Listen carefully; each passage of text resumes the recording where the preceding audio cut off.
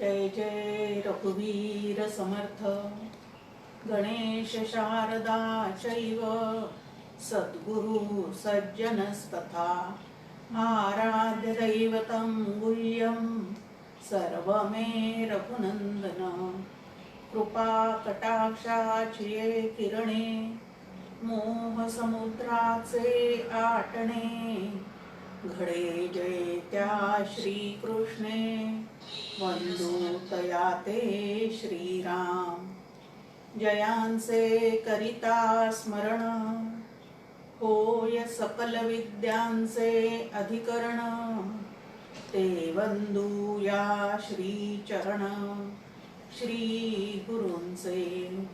जय जय रघुवीर समर्थ। धर्मक्षेत्रे कुरुक्षेत्रे समवेतायुयुत्सवः मामकाः पाण्डवाश्चैव किमकुर्वत संजय। यत्र योगेश्वर कृष्णो यत्र पार्थो धनुर्धरः तत्र श्रीर्विजयो भूतिर्ध्रुवा नीतिर्मतिर्मम। पांडुरंग हरी वासुदेव हरी भगवान गोपाल कृष्ण महाराज की जय। जय जय रघुवीर समर्थ।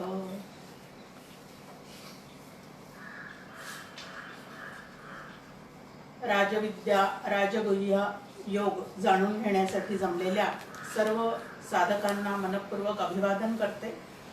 भगवद्गीतेतला 9वा अध्याय राजविद्या राजगुह्य म्हणजे सर्वात श्रेष्ठ असणारी विद्या, जी अशुभाचं निवारण करून शुभ असणाऱ्या परमात्म तत्वाचा लाभ करून देणारी आहे, ती विद्या ह्या अध्यायात ऐकण्याचा आपण प्रयत्न करतो आहोत। सुरुवातीलाच इथं सांगितलेलं आहे की हा आत्मा कसा आहे, तर प्रत्यक्ष अवगम्य, प्रत्यक्षात त्याचा वास्तविक पाहता सतत आपल्याला अनुभव आहे, पण अज्ञानाच्या आवरणाखाली झाकलेल्या तुमच्या आमच्या चित्ताला मात्र त्याचा अनुभव सध्या कसा झालेला आहे, तर गुह्य झालेला आहे। तर गुह्य असलेला हा जो ज्ञानयोग आहे तो या अध्यायामध्ये भगवंत आपल्या समोर उघडा करून दाखवत आहेत। अस्सल अध्यात्मविद्या, या अध्यात्मविद्येने आपल्याला भौतिक सोयी कदाचित मिळणार नाहीत, म्हणजे त्याच्याने त्या मिळत नाहीतच, परंतु अस्सल असणाऱ्या सुखरूपत्वाची प्राप्ती मात्र ही विद्या ग्रहण केल्यानंतर आपल्या ठिकाणी नक्की प्राप्त होते आणि अत्यंत सुखरूपता जी आहे ती तुमच्या आमच्या चित्ताला प्राप्त होऊ शकते। म्हणून या विद्येचं अत्यंत महत्त्व आहे। सर्व विद्यामध्ये श्रेष्ठ असणारी, शुभ फळ देणारी, अज्ञानाचं निवारण करणारी आणि स्वस्वरूपाची प्राप्ती करून देणारी अशी ही विद्या जी आहे ती या 9व्या अध्यायामध्ये आपल्या अभ्यासाचा विषय या ठिकाणी झालेली आहे। ज्यांच्या मनामध्ये भगवंताविषयी आणि त्यांनी सांगितलेल्या विद्येविषयी अश्रद्धा निर्माण झालेली असते, त्यांचं जन्ममरण जे आहे ते अजिबात टळत नाही, तर ते जन्ममरणाच्या फेऱ्यामध्ये सतत काय राहतात, तर त्या चक्रामध्ये अडकून राहतात। त्यानंतर आपण ऐश्वर्य योग जो आहे भगवंताचा तो पाहिला आहे आणि त्यामध्ये लक्षात घेतलेलं आहे की या संपूर्ण जगतामध्ये शत्रू ब्रह्म जे आहे ते व्यापून राहिलेलं आहे आणि व्यापून असणारं ते जे ब्रह्म आहे ते जरी दिसत नसलं तरी सुद्धा सर्व जगतामध्ये ते आहे, पण जग मात्र त्याच्यामध्ये अजिबात नाही। ही विद्या शिकून तुम्हाला आम्हाला सुद्धा काय लक्षात घ्यायचं आहे, तर आम्ही सर्वजण प्रपंचामध्ये आहोत, तो शेवटच्या क्षणापर्यंत आमच्या मागे लागलेलाच आहे, पण तो प्रपंच आणि त्याचे अनावश्यक विचार जे आहे ते मात्र आमच्या अंतःकरणामध्ये अजिबात ठेवून घेऊ नये, कारण ते जर ठेवून घेतले तर चित्ताची क्षुब्धता जी आहे ती तुमची आमची वाढीला लागते आणि भगवंताचं चिंतन करण्याची जी शक्ती आहे ती मात्र तुम्ही आम्ही गमावून बसतो। ते पाहत असताना आपण बर्फ आणि पाणी याचा एक दृष्टांत पाहिला होता की बर्फामध्ये पाणी असतंच, पण पाण्यामध्ये बर्फ असलाच पाहिजे असं नाही। तसंच एक उदाहरण अजून आपण पाहिलेलं होतं की नदीच्या ह्या काठावरून त्या काठावर जाण्यासाठी आपण नावेचा, होडीचा, जहाजाचा उपयोग करतो। आता पाण्यावरूनच ती नाव, जहाज होडी चाललेली असते, पण ते पाणी जर आतमध्ये शिरलं तर मात्र तरुण न जाता आपण बुडून जातो. त्याप्रमाणे प्रपंचातूनच आपल्याला पर्यंतचा जो भाग काठ आहे तो गाठायचा आहे. पण प्रपंचाचं पाणी जर आतमध्ये खूप शिरलेलं असेल तर न तरता आपण बुडून जाऊ, आणि अशी आपली अवस्था होऊ नये म्हणून तरणारी जी विद्या आहे ती आपल्याला या ठिकाणी शिकायची आहे. त्यानंतर आपण पाहिलं होतं की भगवंत स्वतःचं स्वरूप सांगत आहेत आणि त्यामध्ये भगवंत म्हणतायत की माझ्या अध्यक्षतेखाली माझी माया जी आहे त्या मायेचा अंगीकार करून, म्हणजे ईश्वर रूपाने या संपूर्ण जगताची उत्पत्ती, स्थिती आणि लय या घडामोडी सगळ्या होत चाललेल्या असतात. परंतु माझं जे मूळचं स्वरूप आहे, म्हणजे भगवत स्वरूप आहे, ईश्वरीय स्वरूप आहे, ते मात्र सामान्य लोक मी प्रत्यक्षात त्यांच्यात वावरत असताना अजिबात जाणू शकत नाही. अवजानांती माम मूढा, कारण मी देहामध्ये असल्यामुळे त्यांना त्यांच्यासारखाच दिसतो आणि त्या देहामध्ये असं एखादं भव्य दिव्य कार्य करणारं ईश्वरीय स्वरूप असतं याची जाण जी आहे ती मात्र त्यांना अजिबात येऊ शकत नाही. भगवंताचे दोन लक्षण आहे, एकाला तटस्थ लक्षण असं म्हणतात आणि एकाला स्वरूप लक्षण असं म्हणतात. तो उत्पत्ती स्थिती लयाचं जे कार्य भगवंताकडून मायेचा अंगीकार करून जे केलं जातं ते त्याचं तटस्थ लक्षण आहे. जन्माद्यस्य यतः असं आपल्या समोर ब्रह्मसूत्रावली वर्णन केलेलं आहे.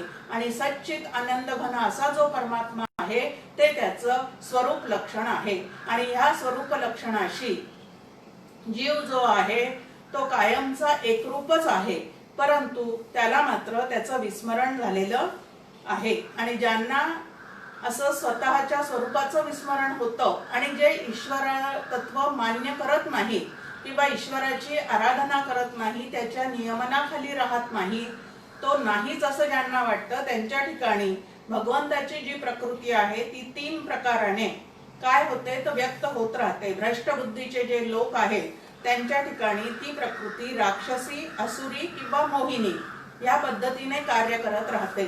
आणि राक्षसी म्हणजे ज्या ठिकाणी सतत द्वेषबुद्धी आहे, काम क्रोध इत्यादीचा सतत त्या ठिकाणी धिंगाणा चाललेला आहे, अशी जी बुद्धी त्याला राक्षसी बुद्धी असं म्हटलेलं आहे. आसुरी म्हणजे ज्या ठिकाणी विधी निषेध जे आहे ते विधी निषेध न पाळता त्या ठिकाणी सतत जे स्वतःला पाहिजे तेच केलं जातं, ती आसुरी म्हणजे देहामध्ये रमून रंगून राहणारी अशी जी वृत्ती आहे त्याला आसुरी वृत्ती म्हटलेलं आहे. आणि धर्म, अधर्म, आत्मा, अनात्मा याची थोडी सुद्धा वार्ता नसणे किंवा जाणून घेण्याची इच्छा नसणे याला मोहिनी प्रकृती असं म्हटलेलं आहे. आता ह्या प्रकृतीचे लोक जे आहेत ते कधीही सुख नावाची गोष्ट जी आहे ती त्यांच्या अनुभवाला येऊ शकत नाही. त्यांच्या या तीन वृत्तीमुळेच ते सतत दुःख भोगत राहतात. पण दैवी गुणसंपदेचा जे अंगीकार करतात त्यांच्या ठिकाणी ती दैवी गुणसंपदा पूर्णपणे अंगीकारलेली आहे असे जे महात्मे आहेत ते मात्र काय करतात तर भगवंताचं स्वरूप, या सगळ्या जीवांचं मूळ स्वरूप जे आहे ते स्वरूप लक्षात घेतात, त्याच्याशी एकरूप होऊन राहतात, त्याचेच भजन करण्याचा सतत ते प्रयत्न करत राहतात. आणि असे जे आहे ते दैवी संपत विमोक्षाय असं 16व्या अध्यायात ज्याप्रमाणे म्हटलेलं आहे त्याप्रमाणे त्या प्रकृतीचा, त्या गुणांचा पूर्णपणे अंगीकार करून आपलं जीवन जे आहे ते अत्यंत सुखाने व्यतीत करण्याचा आणि सुखरूप होण्याचा प्रयत्न त्यांच्या ठिकाणी चाललेला असतो.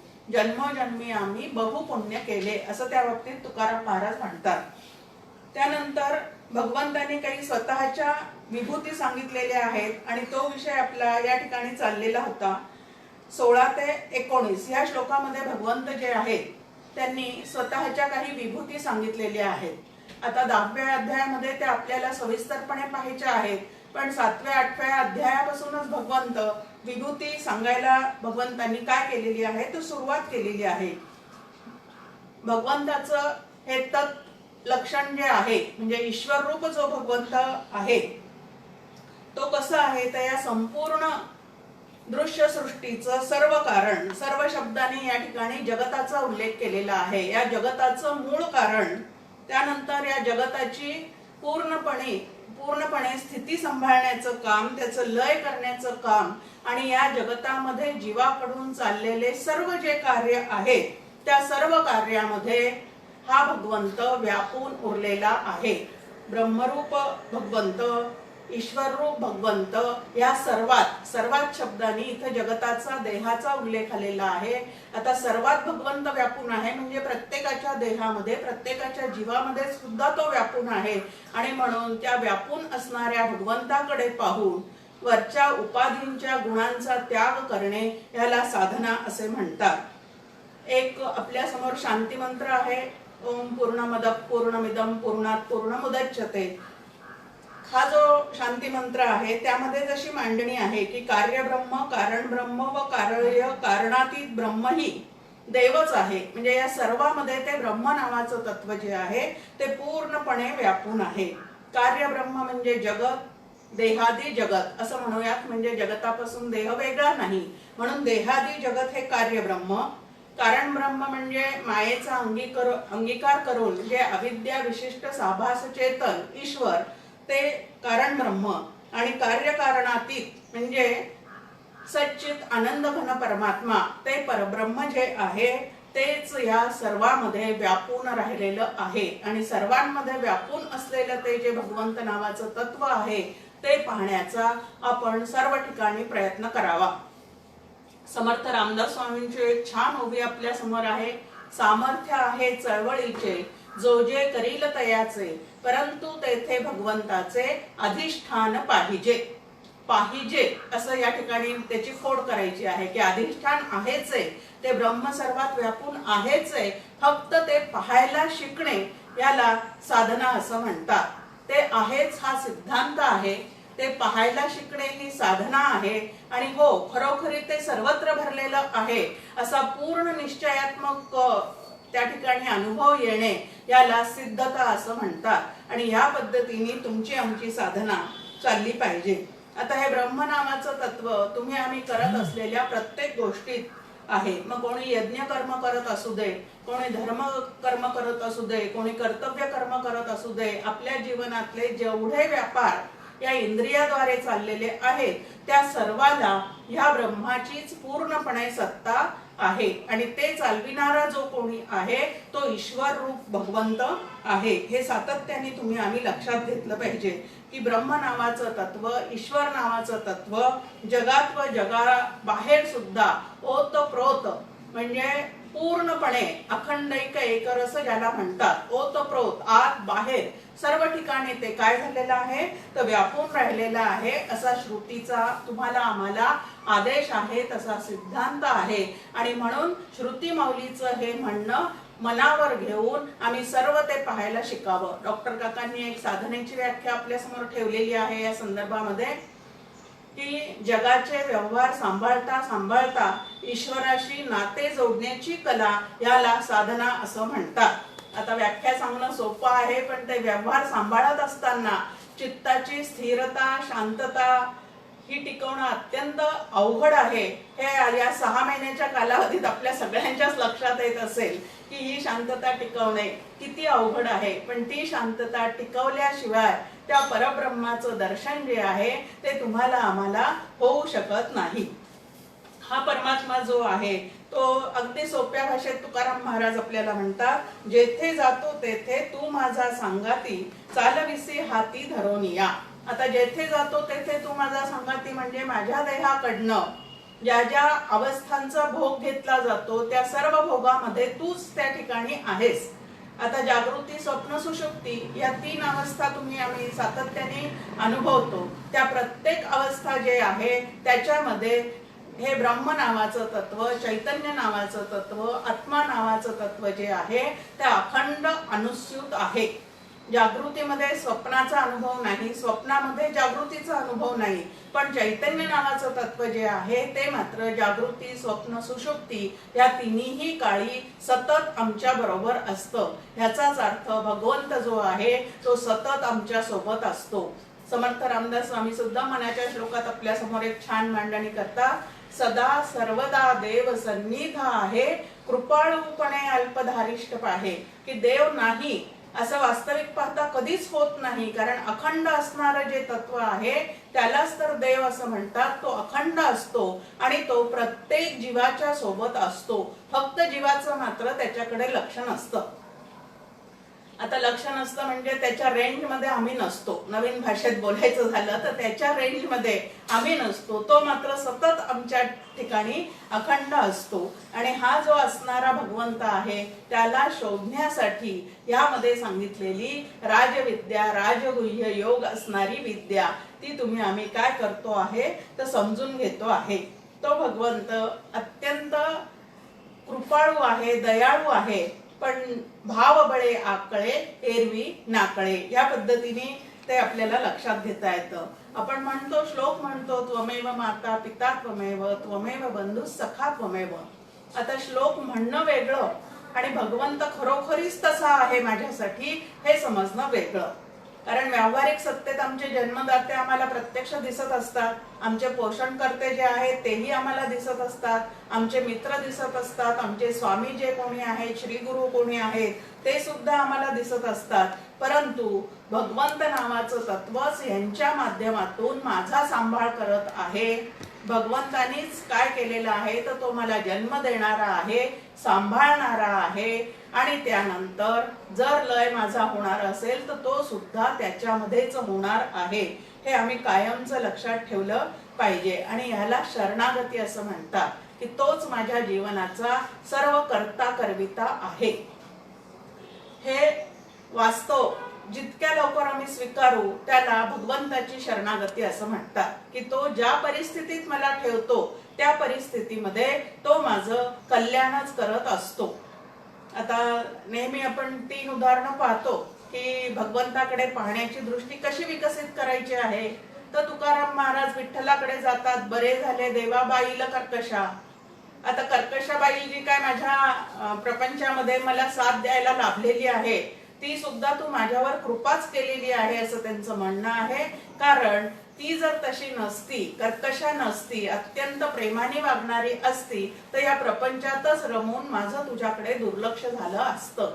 त्यानंतर एकनाथ महाराज म्हणतात की भगवंता तुझी माझ्यावर केवढी कृपा की गिरजाबाई सारखी अत्यंत कर्तव्यदक्ष सदैव मला साथ देणारी पत्नी लाभल्यामुळे मी अखंड तुझ्या ठिकाणी माझं चित्त रमवू शकलो. आणि तुलसीदास महाराज म्हणतात की तू मला विवेकी पत्नी दिलेली असल्यामुळे मला काय झालेलं आहे तर सर्व वासनातून, विषय वासनेतून सुटका करून घेऊन मला तुझ्याकडे माझं लक्ष केंद्रित करता आलेलं आहे. वरवर पाहता या तिघांची ही परिस्थिती जी आहे व्यावहारिक ती पूर्णपणे वेगळी होती, पण तिघांचा भगवंताकडे बघण्याचा दृष्टिकोन जो आहे तो मात्र पूर्णपणे एकच होता. त्याला शुद्ध अंतःकरण असं म्हणतात की ज्याचं अंतःकरण अतिशय शुद्ध आहे त्याला प्रत्येक ठिकाणी भगवंताचं स्मरणही होतं आणि भगवंताचं स्वरूप सुद्धा लक्षात येतं. पण ज्याचं चित्त अशुद्ध आहे त्याला मात्र भगवंताच्या स्मरणापेक्षा बाकीच इतर गोष्टींचं स्मरण असतं. आणि इतर गोष्टींच्या स्मरणामध्ये आता ते स्मरण कुठलं कुठलं आहे. मग काका आपल्या समोर नेहमी वाक्य ठेवतात की त्याला हे शोभतं का, त्याला हे बरं दिसतं का, त्याला हे वागणं शोभतं का. आता काका म्हणतात की जो स्वतःला साधक समजतो त्याने स्वतःलाच हा प्रश्न विचारावा की असे विचार करणं मला तरी शोभतं का. मी जर साधक म्हणवतोय, मी जर शिष्य म्हणवतोय तर मला तरी हे असं वागणं शोभतंय का. मग असं जे वागणं आहे त्याला डॉक्टर काका दर्जेदार जीवन म्हणत नाहीत. मग दर्जेदार जीवन काय आहे तर समर्थ काय म्हणतात, ज्ञानेश्वर माऊली काय म्हणतात, तुकाराम महाराज काय म्हणतात, भगवद्गीतेमध्ये माझ्यासाठी कुठल्या साधना पद्धती सांगितलेल्या आहेत त्या सर्व साधना पद्धती जाणून घेणे आणि स्वतःच्या अंतःकरणामध्ये बिंबवून जीवनामध्ये उतरवणे ह्याच्या इतकी मोठी जी साधना आहे ती दुसरी कुठलीही नाही. आणि ही साधना जो करतो त्याला भगवत भेटीचा काय आहे तर अनुभव नक्की आल्याशिवाय राहत नाही. या ठिकाणी एक छान उदाहरण डॉक्टर काकांनी दिलेले आहे की ही जी भगवंताच्या ठिकाणी असलेली शरणागती आहे ती अत्यंत परमार्थामध्ये जी आहे ती तुम्हाला आम्हाला वरपर्यंत म्हणजे ब्रह्मानुभवापर्यंत घेऊन जाणारी अशी ही शरणागती आहे. आता व्यावहारिक जगतामध्ये जी शरणागती असते तिची पद्धत वेगळी आहे. दोन राजांमध्ये जर लढाई झालेली असेल आणि एक हरला असेल आणि एक जिंकला असेल, तर हरलेल्या राजाला जिंकलेल्या राजाच्या ठिकाणी शरणागती पत्करावी लागते. आता ही जी शरणागती आहे ती लाजिरवाणी आहे व्यवहारामध्ये. त्यानंतर दुसरी एक शरणागती इथं सांगितलेली आहे की एखाद्याने ऋण घेतलेलं आहे, लोन घेतलेलं आहे, कर्ज घेतलेलं आहे आणि ते फेडता न आल्यामुळे ज्याच्याकडून ते घेतलेलं आहे त्याला तो ज्या वेळेला शरण जावं लागतं, आता या ठिकाणी तो मनापासून शरण जातो की नाही हा भाग वेगळाच आहे, पण असा तो शरण गेला नाही तर ते येऊन याचं घर दार सगळं काय करून टाकतात, तर सील करून टाकतात. तर ही शरणागती जी आहे व्यवहारातली ती सुद्धा कशी आहे तर लाजिरवाणी आहे. पण परमार्थामध्ये सांगितलेली जी शरणागती आहे की तो ठेवील तसे राहणे, ठेविले अनंते तैसेची असावे, चित्ती असू द्यावे समाधान, ही जी शरणागती आहे ती या परमार्थामध्ये अत्यंत अनुकूल असणारी आणि आम्हाला चित्ताची शांती प्राप्त करून देणारी आहे. आणि म्हणून ही जी शांती आहे ती तुम्ही आम्ही प्राप्त करून घेतली पाहिजे. आता ही शांती प्राप्त करण्यासाठी साधना काय आहे मग, तर जगासंबंधीचा विचार कमीत कमी करणे ही त्या पद्धतीची एक साधना आहे. त्यासाठी डॉक्टर काकांची एक सुंदर ओवी आपल्या समोर आहे. जग जगापरी चाले, ते ईश्वर सूत्रे बांधिले, ते हाती घेतले ऐसे न होवावे. कोणासाठी सांगितलेली ही साधना आहे तर जो स्वतःला साधक म्हणवतो त्याने जगाचं एकदा स्वरूप लक्षात घेतल्यानंतर, आता जगाचं स्वरूप कसं आहे तर ते अनिर्वचनीय आहे म्हणून मिथ्या आहे.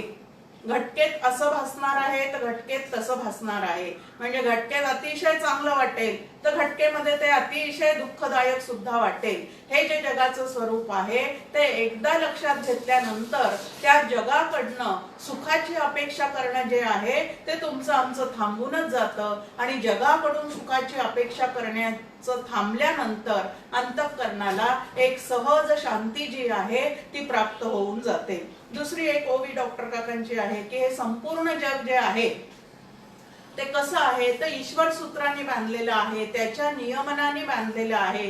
प्रारब्ध ही त्याची काय आहे तर हे जगत चालवण्याची एक व्यवस्था त्यांनी केलेली आहे.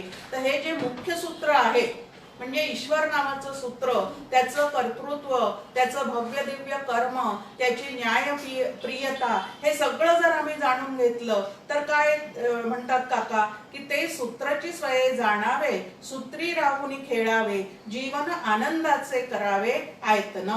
की आपल्याला जे जीवन मिळालेलं आहे जन्मापासून तर मृत्यूपर्यंतचा हा जो काही कालावधी तुम्हाला आम्हाला आयुष्य म्हणून प्राप्त झालेला आहे, त्या आयुष्यामध्ये समर्थ रामदास स्वामी म्हणतात, आयुष्य हेची रत्नपेटी, माझी भजन रत्ने गोमटी, अर्पून या ईश्वरी लुटी आनंदाची करावी. आता ते आनंदाची लुटी करावी असं म्हणतात आणि इथं परमपूज्य डॉक्टर काका जीवन आनंदाचं आयतन करावं, म्हणजे आमचं जीवन हे आनंदाचं घर बनून राहावं की आम्हालाही आनंद मिळावा आणि आमच्या सहवासात असणाऱ्यांना सुद्धा अखंड आमच्याकडून आनंदाचाच अनुभव यावा.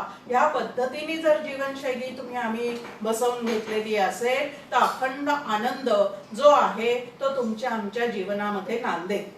मन जर आनंदी असेल तर सगळंच आनंदी दिसतं. मनी वसे ते स्वप्नी दिसे, असं जसं म्हण आपल्या समोर आहे त्याप्रमाणे आपलं मन जर आनंद रूप असेल तरच आपल्या जीवनामध्ये अखंड आनंदाचा आपल्याला अनुभव येणार आहे. आणि मन जर खट्टू असेल, नाराज असेल तर मात्र आपल्याला पंचपक्वान्नाचं ताट जरी समोर असलं तरी सुद्धा ते गोड लागणार नाही. आता वास्तविक पाहता श्रीखंड नावाचा पदार्थ अत्यंत गोड आहे, आवडीचा आहे, स्वाद चांगला आहे, असं असून सुद्धा मन जर आमचं त्या ठिकाणी उदास असेल एखाद्या कारणाने तर ते श्रीखंडाची चव सुद्धा आम्हाला गोड लागत नाही. आता वास्तविक पाहता गोड असणारा पदार्थ गोड लागत नाही याचा अर्थ काय आहे तर तब्येतीमध्ये कुठला तरी बिघाड निर्माण झालेला आहे. एक आहे जर शरीराला ताप आलेला असेल तर सगळे गोड पदार्थ सुद्धा आम्हाला कडू लागतात. आता एक ताप तो आहे जो शारीरिक ताप आहे आणि दुसरा ताप जो आहे तो मानसिक ताप आहे.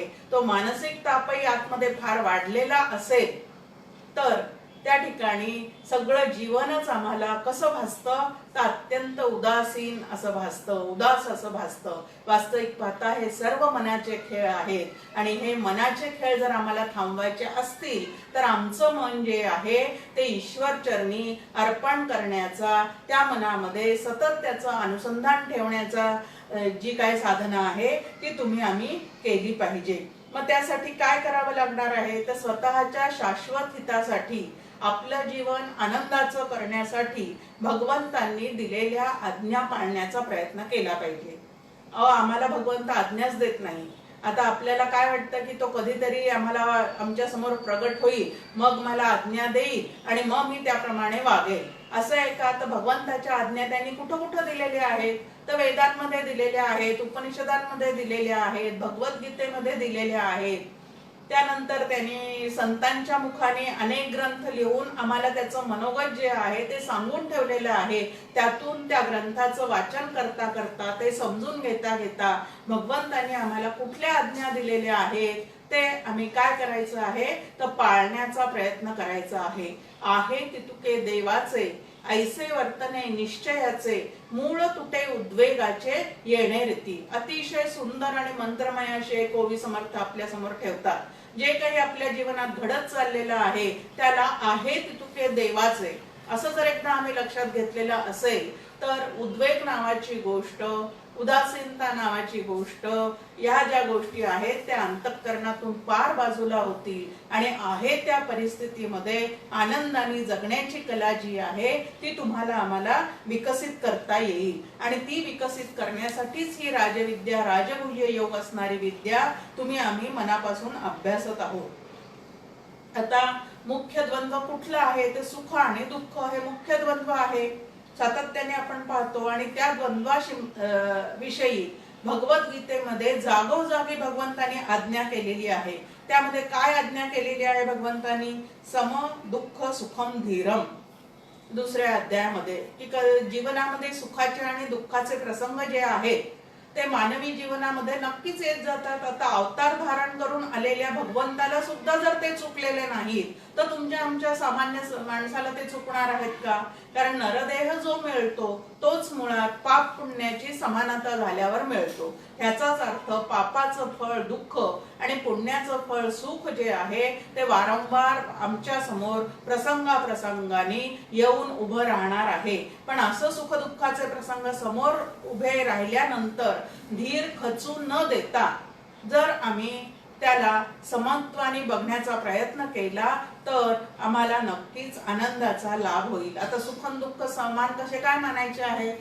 कारण दोन्ही अंतःकरणाच्या प्रतिक्रिया आहेत. सुखही अंतःकरणाला जाणवतं, दुःखही अंतःकरणाला जाणवतं. आणि ह्या सुख दुःख कशाच्या सत्तेवर अंतःकरणाला जाणवतात तर चैतन्याच्या सत्तेवर जाणवतात. मग ज्या वेळेला सुख होतं तेव्हाही तो चैतन्याचाच अनुभव आहे आणि ज्या वेळेला दुःखाचा अनुभव अंतःकरणाला येईल त्यावेळेला सुद्धा तो चैतन्याच्या सत्तेवरच आलेला आहे. असं त्या चैतन्याच्या सत्तेकडे पाहिलं तर सुख येऊ दे किंवा दुःख येऊ दे, सुखे संतोषानं यावे, दुःखे विषादानं भजावे, लाभा लाभ न आणावे मना माझी, असं या ठिकाणी आपल्या समोर ज्ञानेश्वर माऊली म्हणतात. त्यानंतर द्वंद्वातीतो विमत्सरहा असं आपल्याला चौथ्या अध्यायात सांगितलेलं आहे की द्वंद्वाच्या पलीकडे जाणाऱ्याला मत्सर इत्यादी, द्वेष इत्यादी गोष्टी ज्या आहेत त्या अंतःकरणाला जाणवत नाही. त्यानंतर सुख दुःखे समेकृत्वा हे सुद्धा आपल्याला दुसऱ्या अध्यायात आपण पाहिलेलं आहे की सुख आणि दुःख जे आहे ते वास्तविक पाहता प्रतिक्रिया या दृष्टिकोनातून पाहिलं तर त्या दोन्हीही प्रतिक्रिया अंतःकरणाच्या आहेत आणि ह्या प्रतिक्रियांच्या पलीकडे जाऊन जो अंतःकरणात डोकावतो त्याला त्या अंतःकरणामध्ये आनंदाचा अनुभव येतो. आणि म्हणून सुख दुःखाच्या पलीकडे जायचं, त्या द्वंद्वाच्या पलीकडे जायचं ह्याला साधना असं म्हणतात. या ठिकाणी भगवंत म्हणतात की सुख दुःख जी आहेत ती देहाला अंतःकरणाला असतात, पण त्यामध्ये जो आत्मरूप देव आहे, चैतन्य रूप देव आहे, त्या देवाला म्हणजे त्या खऱ्या मीला मात्र त्या सुख दुःखांची जाणीवही नसते. त्या सुख दुःखांच्या बाबतीमध्ये ते बेखबर असतं. आनंद तया ना खंत जगता लागी, असं डॉक्टर काकांनी त्याचं अद्वैत मकरणमध्ये काय केलेलं आहे तर वर्णन केलेलं आहे. त्यानंतर कर्मठाला मिळणारी दुर्गती अशी आपल्यासमोर इथं 20 आणि 21व्या श्लोकामध्ये मांडलेली आहे. आता वेद जे आहेत ते त्रिकांडात्मक आहे अशी सातत्याने आपल्यासमोर मांडणी आहे की त्यामध्ये आपल्याला कर्म, उपासना आणि ज्ञान या तिन्हीचा सुद्धा त्या ठिकाणी उहापोह केलेला आहे. मग आता कर्म मार्गच तिथं सांगितलेला असला तरी ते कर्म आम्हाला कशासाठी सांगितलेलं आहे तर ते आम्हाला चित्तशुद्धीसाठी सांगितलेलं आहे. पण चित्तशुद्धीकडे दुर्लक्ष करून जे कर्मठ वृत्तीने वागतात आणि स्वर्गाची प्राप्ती करून घेण्यासाठीच फक्त त्या कर्माचा उपयोग करतात, म्हणजे त्या यज्ञ कर्मामध्ये ज्यांच्या चित्तामध्ये सकामता पूर्णपणे दाटलेली असते असे जे आहेत त्यांना गती कुठली मिळते तर सकाम पुण्य अंतःकरणाने करत करत यज्ञ कर्म करत करत साठवून सकाम पुण्य त्यांना खूप प्राप्त झाल्यानंतर त्यांना गती मिळते ती स्वर्गाच्या ठिकाणी. आता स्वर्ग नरक दोन गोष्टी आपल्या समोर ठेवलेल्या आहेत. आता नरक म्हणजे अतोनात यातना आणि दुःख, आणि स्वर्ग म्हणजे काय तर अडथळा न येता मिळणारं सुख असं साधारणतः स्वर्गाचं वर्णन आहे. पण संतांनी मात्र या दोन्ही गोष्टी बाजूला करून अखंड आनंद घन असणाऱ्या परमात्म्याच्या ठिकाणी आपण पोहोचलं पाहिजे असं सांगितलेले आहे. सर्व धर्म कर्म नाशिवंत असं तुकाराम महाराजांचा एक अभंग आहे की आम्ही जाणलेलं आहे की हे धर्मकर्म जे आहे त्याने आम्हाला मिळणारं जे स्वर्ग सुखाचं फळ आहे तेही शेवटी नाशिवंत आहे. कारण पुण्याचा साठा संपल्यानंतर परत तुम्ही आम्ही काय होणार आहे तर क्षीणे पुण्ये मर्त्य लोकम विशंती, की गॅसचे फुगे आपल्याला वर जाताना दिसतात पण त्यातला गॅस संपल्यानंतर हवा संपल्यानंतर ते जसे तत्क्षणी खाली आपटतात तसं आमचा पुण्याचा साठा पूर्णपणे संपल्यानंतर तुम्ही आम्ही परत मृत्यू लोकामध्येच येतो. मग इतके अवघड असणारे यज्ञ कर्म मनापासून करूनही सकामता हा दोष त्याच्या ठिकाणी चिकटलेला असेल तर स्वर्ग नावाचं फळ आम्हाला मिळू शकतं. पण ते फळ मिळाल्यावर सुद्धा पुण्य संपल्यानंतर आम्हाला परत मागे यावं लागत असेल, बॅक टू पॅव्हलियन असं व्हावं लागत असेल तर असं कर्म करावं की ते केल्यानंतर आणि अकर्ता मी आहे हे समजून घेतल्यानंतर, निमित्त मात्र मी आहे हे समजून घेतल्यानंतर त्या कर्माचा लेप सुद्धा चित्ताला लागणार नाही आणि आम्ही आमच्या स्वरूपाच्या ठिकाणी पूर्णपणे पोहोचू शकू. या पद्धतीचं कर्म तुम्ही आम्ही करायला शिकलं पाहिजे.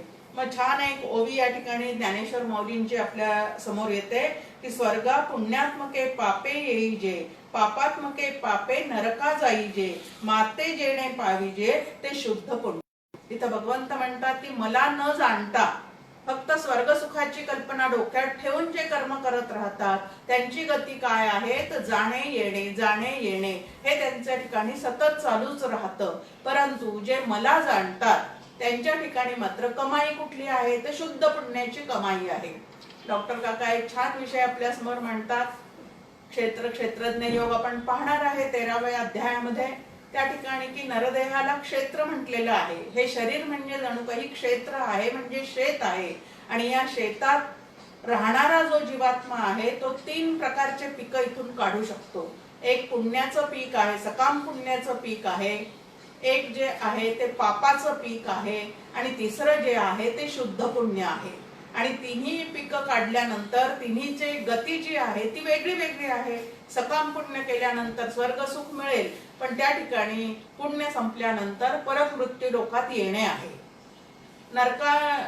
पापात्मक पाप केल्यानंतर नरकाचं ठिकाणी आम्हाला जावं लागेल पण तिथं सुद्धा पापाचं गाठोडं संपल्यानंतर परत मृत्यू लोकात येणं आहे. पण शुद्ध पुण्य म्हणजे भगवंत प्राप्तीसाठीच फक्त जे काही कर्म उपासना करतात त्यांच्या गाठीला हे शुद्ध पुण्य जे आहे ते जोडलं जातं. आणि बहुत सुकृताची जोडी तेव्हा विठ्ठल आवडी याप्रमाणे चित्ताचा विषय जो आहे तो एक फक्त भगवंतच होऊन राहतो. आणि असा ज्यांच्या चित्ताचा भगवंतच एक विषय होऊन राहिलेला आहे त्यांना शुद्ध पुण्याची खूप मोठी प्राप्ती होते. आणि शुद्ध पुण्याचा परिणाम किंवा फळ काय सांगितलेलं आहे तर जेणे माते पाविजे, पूर्ण भगवत स्वरूपच होऊन जातो. त्या ठिकाणी सायुज्य मुक्तीचा लाभ होतो असं त्याचं वर्णन केलेलं आहे. मग आमच्या या नरदेहरूपी शेतातून तुम्हाला आम्हाला कुठलं पीक काढायचं आहे याचा डोळसपणे विचार करावा आणि शुद्ध पुण्याची कमाई करण्यासाठी म्हणूनच या नरदेहाचा साधन म्हणून आम्ही काय करावा तर उपयोग करावा, वापर करावा. त्यानंतर अनन्य भक्ताचं जे वैभव आहे ते पुढच्या श्लोकांमध्ये आपल्या समोर मांडलेलं आहे.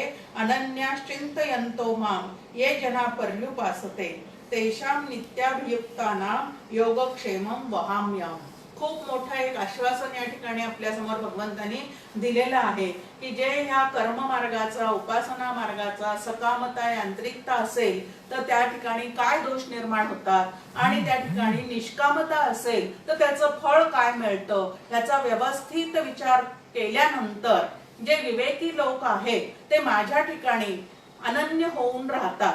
म्हणजे त्यांच्या चित्तामध्ये कर्म, उपासना किंवा ज्ञान मार्गाने जात असताना सुद्धा कशाची प्राप्ती त्यांना हवी आहे, कुठलं फळ त्यांना हवं आहे तर एका भगवंताशिवाय दुसरं काहीही नको असा ज्यांच्या चित्तामध्ये पूर्ण निश्चय झालेला आहे ते भगवंत म्हणतात की माझी उपासना जी आहे अत्यंत तत्परतेने करतात. आणि तत्परतेने करतात म्हणजे कुठल्याही देहाच्या परिस्थितीत असू दे किंवा कुठलीही बाहेरची परिस्थिती असू दे पण एका ईश्वराशिवाय त्यांना चित्ताला दुसरं कुठलंही अनुसंधान राहत नाही. कोसळोनी पडो हे आकाश आपल्या समोर समर्थांचं सांगणं आहे. तरी आणिकांची वासन पाहू की त्या ठिकाणी कितीही मोठे दुःखद प्रसंग येऊ दे किंवा खूप सुखद प्रसंग जरी जीवनामध्ये आलेले असले तरी ही सगळी भगवंताची इच्छा, भगवंत ठेवील तसंच राहण्याचा प्रयत्न हे सर्व साधक करत असतात आणि त्याला अनन्य असं म्हणतात. अन्य नाही, जिथं दुसरा कोणाचाही आधार नाही, अन्य गोष्टीचा आधार नाही. ही जी अनन्यता आहे ती अशा शुद्ध चित्त झालेल्या भक्तांच्या ठिकाणी असते. देह जाओ अथवा राहो पांडुरंगी दृढ भावो या पद्धतीने त्यांचं चित्त जे आहे ते भगवंताशी पूर्णपणे ऐक्य साधण्यासाठी तत्पर झालेलं असतं. मग असे जे भक्त आहेत की जे बाकी सर्व गोष्टींना गौण समजून फक्त माझ्याशी अनन्यता ठेवून जे वागत राहतात त्यांचा योग आणि क्षेम मी सांभाळतो असं भगवंत काय देतात तर आश्वासन देतात. म्हणजे काय करायचं आहे नेमकं की भगवंत त्याचा योगक्षेम चालवतात. म्हणजे माझ्या घरात मी कधी कुकर लावायचा नाही, मी कधी स्वयंपाक करायचा नाही, मी भगवंताचं नाम घेत बसेल आणि दे रे हरी खाटल्यावरी या पद्धतीने रोज माझ्या समोर जेवणाचं ताट येईल अशा पद्धतीने तो योगक्षेम आहे का तर अत्यंत पराकोटीची भक्ती ज्यांच्या अंतःकरणात पोहोचलेली आहे अशांचा त्या प्रकारचा योगक्षेम सुद्धा भगवंत नक्की सांभाळत असतो. विवेकानंदांची त्या संदर्भातली गोष्ट आपल्याला सगळ्यांना माहिती आहे की प्रवासात असताना कुठलीही खाण्याची वस्तू जवळ नसतानाही त्यांना अत्यंतिक भूक लागलेली असताना त्यांच्यासाठी ट्रेन मध्ये डबा आलेला आहे. मग आता ह्या पद्धतीने अत्यंतिक भक्ती ज्यांच्या चित्तामध्ये उदय पावलेली आहे आणि ज्यांच्या ठिकाणी स्वार्थ नावाची गोष्ट शिल्लक नाही अशांना भगवंत त्याही पद्धतीने सांभाळतो हे अगदी बरोबर आहे. पण योग आणि क्षेम म्हणजे नेमकं काय आहे तर जे मला प्राप्त झालेलं नाही किंवा प्राप्त करावंसं वाटतं असं जे आहे त्याला त्याच्याशी योग जुळवून देणे म्हणजे आत्मप्राप्तीचा योग जुळवून देणे आणि त्याचा क्षेम करण्यासाठी म्हणजे तो योग सांभाळण्यासाठी मला व्यवस्थित साधना पद्धती समजावून देणे हा जो भाग आहे तो भगवंत साधकांच्या साठी नेहमी करत असतो. आता श्री गुरूंचा अनुग्रह घेतल्यानंतर ते आपल्याला आत्मप्राप्तीच्या योगासाठी नाम तरी देतात, ध्यान तरी करायला सांगतात, तत्वज्ञानाचा तरी अभ्यास करायला सांगतात. हा त्या माध्यमातून त्यांनी आत्मतत्वाशी जुळवून दिलेला योग आहे. आता हा योग सातत्याने टिकावा आणि खरोखरीच त्या योगाची माझ्या ठिकाणी विभक्त नव्हे तो भक्त ह्या पद्धतीने अनुभूती यावी असं जर मला वाटत असेल तर त्याचा क्षेम सुद्धा तेच करतात. म्हणजे काय करतात ती साधना जर मी मनापासून करत असेल तर कुठल्याही परिस्थितीमध्ये जीवनात येणाऱ्या कुठल्याही प्रसंगामध्ये भगवंत त्या भक्तीला अनुसरणारा विचार माझ्या अंतःकरणामध्ये सतत प्रगट करूनच मला सांभाळत असतात. हा त्यांनी केलेला क्षेम आहे. खूप महत्वाचं आहे की श्री गुरूंच्या रूपाने माझ्या आयुष्यामध्ये येऊन त्या आत्मतत्वाचा योग जो आहे तो माझ्या ठिकाणी जुळवून देतात आणि मनापासून ते साधना त्यांनी दिलेलं मी जर सांभाळत असेल तर कुठल्याही प्रसंगामध्ये संतांची वचनं जी आहेत ती मला सातत्याने समोर काय करत राहतात तर त्या ठिकाणी मला ते पूर्णपणे मार्गदर्शन करत राहतात. कुठलाही प्रसंग आला तरी सुद्धा संतांची वाचलेली जी वचनं आहेत त्यातलं एक एक गोष्ट सातत्याने आमच्या समोर येत राहते. आता हे जर प्रामाणिक साधक आम्ही असू तर हे लक्षात येईल. नाही तर अन्यथा गुरुपौर्णिमा आली की गुरूंविषयीचा भाव खूप जागृत वरपर्यंत जातो. मग डॉक्टर काका म्हणतात त्याप्रमाणे 6 सफरचंद 12 केळी 1 पाकिट 1 शाल झाली आमची गुरुपौर्णिमा. ह्या पद्धतीने ती साधना असेल तर ते वेगळंच आहे. पण साधना कुठली आहे या ठिकाणी? त्यांनी दिलेलं साधन मी जर प्रामाणिकपणे सांभाळत असेल तर त्या साधनेच्या माध्यमातून माझा क्षेम करणे म्हणजे कल्याण करणे जे काही भाग आहे तो भगवंत सातत्याने करत असतो. म्हणून आत्मप्राप्तीचा योग व त्याचा क्षेम याचे ह्या क्षेत्रामध्ये अपार असे महत्व आहे. आणि त्यासाठी काय काय आपल्याला तो योग जुळवून येण्यासाठी काय काय सांगतायत तर 4थ्या अध्यायामध्ये आपल्या समोर मांडणी केली की ह्यासाठी म्हणजे हा योग जुळवून येण्यासाठी पवित्र आत्मज्ञानाची नितांत आवश्यकता आहे. या ज्ञानात सर्व कर्मांची समाप्ती होते. म्हणजे अहंकार जो आहे कर्तृत्वाचा तो पूर्णपणे नाहीसा होतो. आणि हे ज्ञान कोणाला प्राप्त होते तर भगवान श्रीकृष्णावर श्रद्धा ठेवणाऱ्याला, भगवान श्रीरामावर श्रद्धा ठेवणाऱ्याला, भगवान दत्तात्रयावर श्रद्धा ठेवणाऱ्याला आणि त्यांचंच रूप घेऊन माझे श्री गुरु माझ्या आयुष्यात हा योग जुळवून देण्यासाठी आलेले आहेत असा निश्चित भाव निष्ठा ज्याच्या चित्तात उत्पन्न झालेली आहे त्याच्या चित्तामध्ये हे जे आत्मज्ञान आहे ते पूर्णपणे ज्याला सद्यस्थितीमध्ये गुह्य वाटतं ते त्या ठिकाणी पूर्णपणे प्रगट झालेलं असतं. जनाबाईंचा एक अभंग आहे, सोहम शब्दे मारा केला विठ्ठल काकुळती आला. आता सोहम साधना जी श्री गुरूंकडून प्राप्त झालेली आहे ती इतकी मनापासून केली, त्याचा विचारही केला आणि नुसताच विचार केला नाही तर ते आचरणात सुद्धा उतरवलेलं आहे आणि त्यामुळे सुखरूप असणारा तो भगवंत जो आहे तो माझ्या प्रत्येक क्रियेमध्ये उतरलेला आहे. आता सुखरूप म्हणजे काही केलं तरी सुखरूपतेची यत्किंचित सुद्धा हानी होत नाही. हाच त्याने माझा केलेला काय आहे तर सांभाळ आहे. आणि इथं म्हटलेलं आहे की माझ्या विठोबाचा कैसा प्रेम भाव आपणची देव होय गुरु. तुकाराम महाराजांचा प्रसिद्ध अभंग आहे की माझ्यासाठी देवाने काय केलेलं आहे तर आपणच गुरु रूपाने आलेला आहे आणि मला अनुग्रह देऊन योग आणि क्षेम दोन्हीची व्यवस्था त्याने त्या ठिकाणी केलेली आहे. आता समर्थांना सुद्धा श्रीरामाने प्रत्यक्ष येऊन अनुग्रह दिलेला आहे असं त्यांच्या चरित्रामध्ये सुद्धा आपल्या समोर मांडणी आहे. आणि भगवंत ज्ञानेश्वरीमध्ये सुद्धा म्हणतात की श्री गुरु आणि संत हे परमेश्वराचेच रूप असतात. संत माझी रूपडी आत्मज्ञाने चोखडी. की जी आत्मज्ञानाने संपन्न झालेली आहे अशी जी संत मंडळी आहे तीच भगवंताचं रूप आहे. आणि म्हणून भूदेव संतासी सदा नमावे अशी साधना आपल्याला सांगितलेली आहे.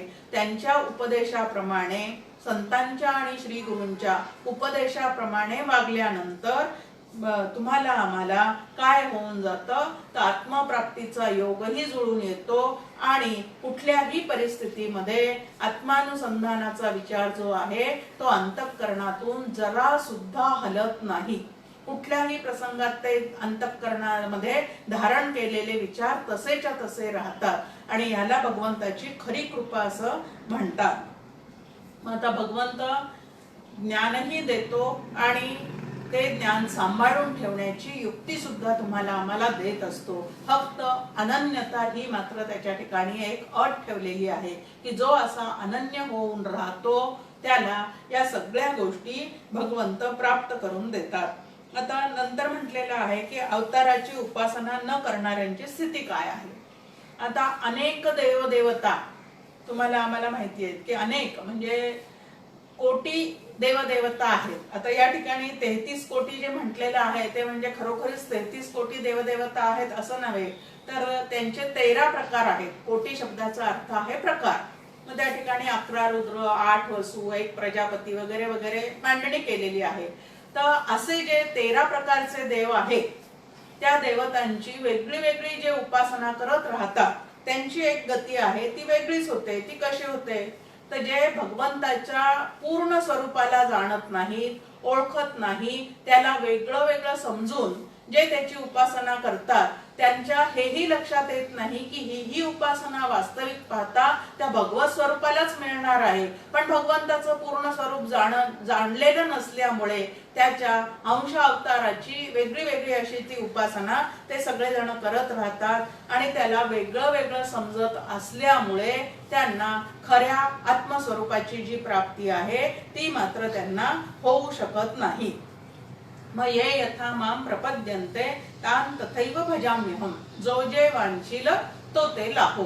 या पद्धतीने सकाम उपासक जे असतात ते माझ्या शक्तींची उपासना करत राहतात, माझ्या ऐश्वर्याची उपासना करत राहतात, माझ्या जवळच्या लक्ष्मीची उपासना करत राहतात आणि मला या जगतातलंच काहीतरी सतत मागत राहतात. मग असे जे भक्त आहेत त्यांना जे पाहिजे ते त्यांनी खरोखरीच तीही उपासना किंवा कर्म व्यवस्थित केलेले असतील तर त्यांना ते प्राप्त होत राहतं. परंतु माझं पूर्ण स्वरूप न जाणलेलं असल्यामुळे माझी प्राप्ती मात्र त्यांना होत नाही. आणि मग असे जे भक्त आहेत तेही कर्म उपासना करून माझ्यापर्यंत न पोहोचता जन्म मृत्यूच्या फेऱ्यामध्ये काय आहे तर अडकून पडतात. मग लौकिकातले फळ त्यांना मिळतात, परंतु माझ्याशी जे ऐक्य साधायचं आहे कर्म उपासना ज्ञान या माध्यमातून ते मात्र त्यांना काय होत नाही तर प्राप्त होत नाही. मग देवांची उपासना करतात म्हणजे वेगळ्या वेगळ्या अंश अवतारांची, पितरांची करतात, भूतांची उपासना करणारे आहेत, ते त्या त्या पद्धतीने ते फळ मिळवतात. पण माझं स्वरूप न जाणल्यामुळे, ब्रह्मरूपता माझी न जाणल्यामुळे, मी सर्वत्र व्यापून आहे हे न कळल्यामुळे ते कुठंतरी अर्धवट फळाची प्राप्ती करून तिथंच अडकून पडतात. त्यानंतर श्रीकृष्ण देवांच्या भक्तीचे वैशिष्ट्य. आता दोन आपल्या समोर आहे की श्रीकृष्ण आणि श्रीराम. आता मर्यादा पुरुषोत्तम म्हणून श्रीरामाला मान्यता मिळालेली आहे आणि पूर्ण पुरुष म्हणून पुरुषोत्तम म्हणून श्रीकृष्णाला मान्यता मिळालेली आहे. हे पूर्ण अवतार भगवंताचे आहेत आणि त्यांची उपासना जे मनापासून करतात त्यांना ओळखून करतात त्या भक्तांना काय प्राप्त होतं तर इथं भगवंत म्हणतायत की पत्रम पुष्पम फलं तोयम. हे खूप मोठे यज्ञ हे मांडत नाहीत वास्तविक पाहता. जे कर्मठ लोक मोठे मोठे यज्ञ मांडताना दिसतात, त्यानंतर मोठे मोठे नियम करताना दिसतात, त्या गोष्टी या ठिकाणी हे भक्त करताना दिसत नाहीत.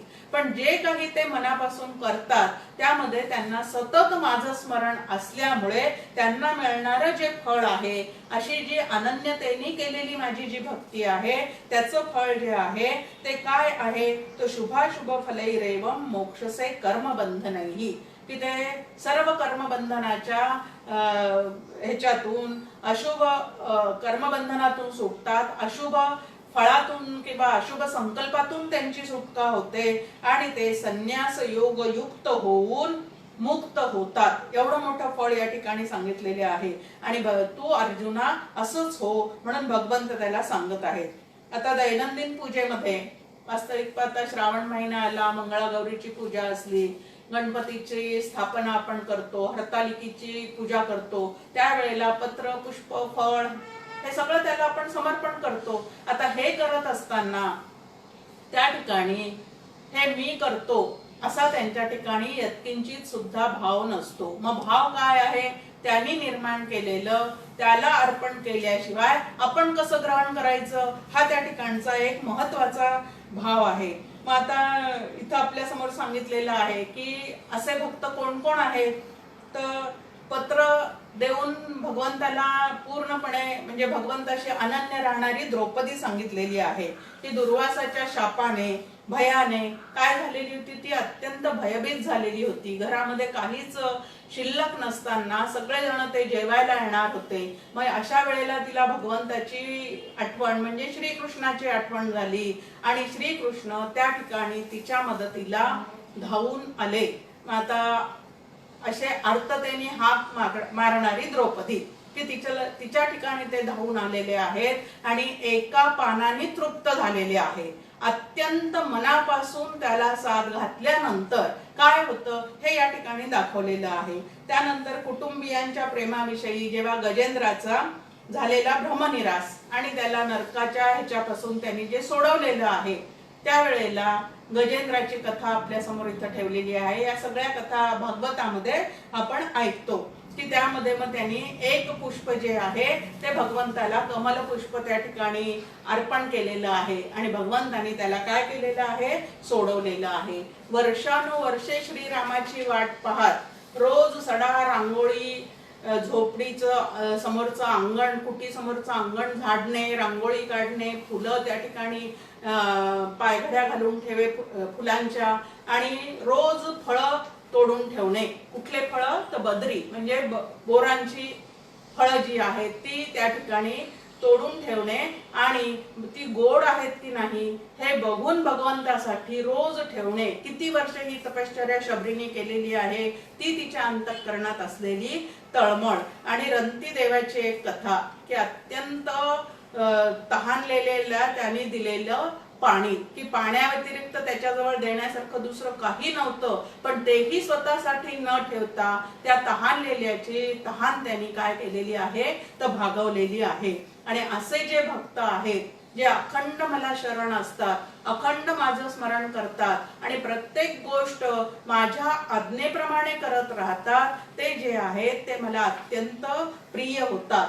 त्यानंतर आपल्याला कृष्ण शिष्टाई करण्यासाठी ज्या वेळेला आलेला दुर्योधनाने त्याला निमंत्रित केलेलं आहे त्या ठिकाणी की माझ्या महालात जेवायला चल, पण तो गेलेला आहे विदुराकडे आणि भगवंत आपल्याकडे आलेला आहे. या आनंदाने अत्यंत भावविभोर झालेली विदुराची पत्नी जी आहे ती त्या भगवंताला केळं देत असताना सालं त्याच्या हातात देत होती आणि केळं स्वतः खात होती. पण ते असून सुद्धा भगवंत तिच्यावर अत्यंत काय होते तर प्रसन्न झालेले होते, कारण क्षणभर तरी भगवंताच्या स्मरणामध्ये प्रपंचाचा विसर ज्याला पडतो त्याच्यावर भगवंत अत्यंतिक काय असतात तर पूर्णपणे त्या ठिकाणी ते प्रसन्न झालेले आहेत.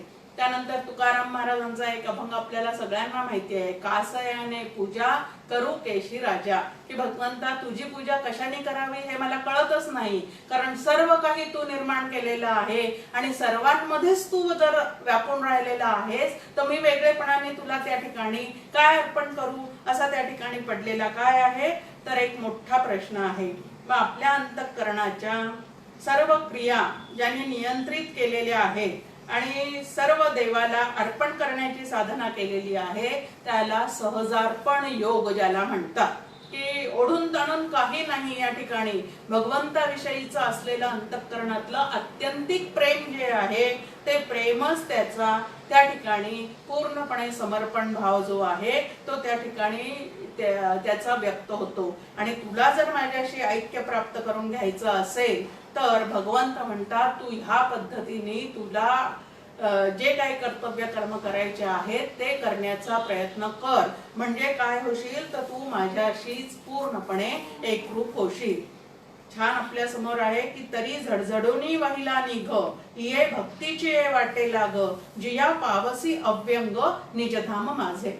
माझ्या मूळ स्वरूपाची प्राप्ती करून घ्यायची असेल आणि माझ्याशी ऐक्य पावायचं असेल तर सर्व संग परित्याग करून तू काय कर तर भक्तीच्या वाटेने माझ्याकडे यायला निघ. सर्व कर्म मला समर्पित करण्याचा सहज प्रयत्न कर, माझ्या अनुसंधानात कर्म करण्याचा प्रयत्न कर आणि मला समर्पित करून कर्म कर. कारण हे सगळे कर्म करत असताना सुद्धा कोणाच्या सत्तेवर हे कर्म चाललेले आहेत, कोणाच्या सत्तेवर आमच्या इंद्रियांची हालचाल चाललेली आहे तर भगवंताच्या चैतन्याच्या सत्तेवरच आमचे इंद्रिय जे आहेत ते हालचाल करत आहेत. म्हणून सगळा करता करविता तोच आहे आणि जे काय मिळालेलं आहे ते ही त्याचीच प्राप्ती आहे हे लक्षात ठेवून ज्या वेळेला तू माझ्याकडे येशील त्यावेळेला भगवंत म्हणतात पापाचे कळप पळती पुढे, की माझ्या अनुसंधानामध्ये माझ्या नामस्मरणामध्ये माझ्या प्रित्यर्थ मला सर्व अर्पण करून ज्या वेळेला तू हे सगळं कर्म करशील त्यावेळेला सर्व पापातूनही तू मुक्त होशील आणि पूर्ण माझ्याशी एकरूप होऊन जाशील. भगवंत पुढे म्हणतात की सर्व जीवांच्या ठिकाणी वास्तविक पाहता मी समत्वाने व्यापून आहे, सर्वत्र सदा सम तेथ विभाग अधमोत्तम मतीवशे संभ्रम विवंचिती का. ज्ञानेश्वर माऊलींनी सांगितलं की भगवंताचं हे जे मूळ स्वरूप आहे ते सर्वत्र सदा समत्वाने व्यापून आहे, पण आम्ही व्यवहारातल्या सवयी घेऊन त्या भगवंताकडे किंवा श्रीगुरूंकडे जातो आणि हा त्यांचा लाडका आहे का, मी खोडकी आहे का, जे व्यवहारात आहे तेच तिकडे आपण करत राहतो, पण असं काही नाही. पण भगवंत या ठिकाणी म्हणतात की जे अशी भावपूर्ण भक्ती माझ्या ठिकाणी करतात त्यांच्या ठिकाणी मात्र मी पूर्ण प्रगट झालेला असतो. म्हणजे अंकित ईश्वराचे तयासी सोहळे निज सुखाचे, याप्रमाणे त्यांची काय चाललेली असते तर जीवनामध्ये पूर्णपणे माझ्या संगतीने राहण्याचा ते प्रयत्न करत असतात. मग इथं भगवंत म्हणतात की कितीदा तरी भगवंतानी इथं अर्जुनाला तू माझा प्रिय आहेस, तू माझा सखा आहेस या पद्धतीने त्याला संबोधन केलेलं आहे. आणि असे जे भक्त असतात ते भक्त भगवंताच्या अंतःकरणात राहतात आणि भक्ताच्या अंतःकरणाला तो भगवंत पूर्णपणे व्यापून राहतो.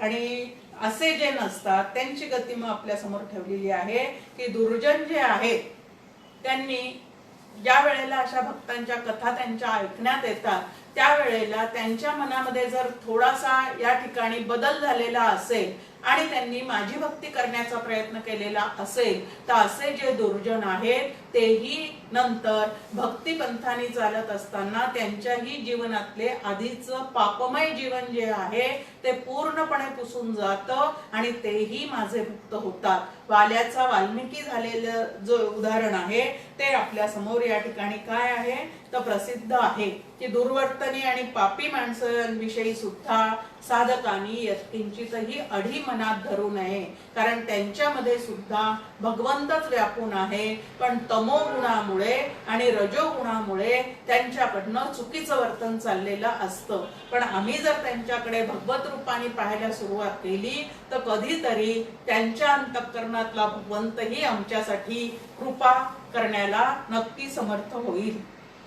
आणि त्यानंतर म्हटलेलं आहे की स्त्रिया असू दे, वैश्य असू दे, क्षत्रिय असू दे, कुठल्याही वर्णाचा, कुठल्याही जातीचा, कुठल्याही धर्माचा जरी असला तरी सुद्धा तो या भक्तीच्या मार्गाने माझ्यापर्यंत येऊन पोहोचतो. हा भक्तीचा मार्ग जो आहे तो कलियुगासाठी अत्यंत श्रेष्ठ असा आहे. आणि शेवटच्या श्लोकामध्ये इथं भगवंत या पूर्ण अध्यायाचं तात्पर्य आपल्या समोर ठेवतात. मन्मना भव मद्भक्तो मद्याजीवाम नमस्कुरु मामे वैश्यसी युक्त्वैव मात्मानं मत्परायणः, की माझाच विचार कर, माझा भक्त हो, माझे यजन कर, माझी उपासना कर. या ठिकाणी भगवंत माझं माझं करतो म्हणजे त्याला फारच अभिमान चढलेला आहे असं आहे का? भगवंत स्वतःचं ऐश्वरीय स्वरूप आणि ब्रह्मस्वरूप दोन्हीचंही वर्णन या अध्यायामध्ये करून जोपर्यंत तुम्ही आम्ही जगात आहोत तोपर्यंत जगत चालक, जगत पालक, इंद्रिय चालक, इंद्रिय पालक असणारा जो भगवंत आहे त्या भगवंताला ब्रह्मरूप समजून अखंड त्याच्या अनुसंधानात जर आम्ही राहिलो तर या ठिकाणी ते मला येऊन मिळतात. आणि मग समर्थही आपल्याला म्हणतात त्याला जाऊन जर आपल्याला मिळायचं असेल तर मना सज्जना राघवी वस्ती कीजे. शेवटी काय आहे की संपत्ती दुपारच्या सावलीसारखी आहे. त्या संपत्तीच्या जोरावर आम्ही किती घरं घेऊ, किती बदलू, काही करू, त्या नवीन ठिकाणी जाऊ, पण मन जर भगवंताच्या ठिकाणी असेल तर क्लेश जे आहेत अंतःकरणाला ते अजिबात होणार नाहीत. काकांची अजून एक छान ओवी आपल्या समोर आहे की त्या तालावर जीवन जगणे असो नसो की कोणी. जीवन शेवटी किती काळाचं आहे, कोणाच्या तालावर नाचायचं आहे तर भगवंताच्या तालावर. भगवंताच्या अनुसंधानाच्या तालावर जर आमचं जीवन पूर्णपणे चाललेलं असेल तर आम्ही भगवत रूप होऊन जाऊ. आणि ह्या पद्धतीने हा 9वा अध्याय जो आहे राजविद्या राजगुह्य योग सांगणारा तो आज या ठिकाणी आपला पूर्ण झालेला आहे. जय जय रघुवीर समर्थ भगवान गोपाल कृष्ण महाराज की जय.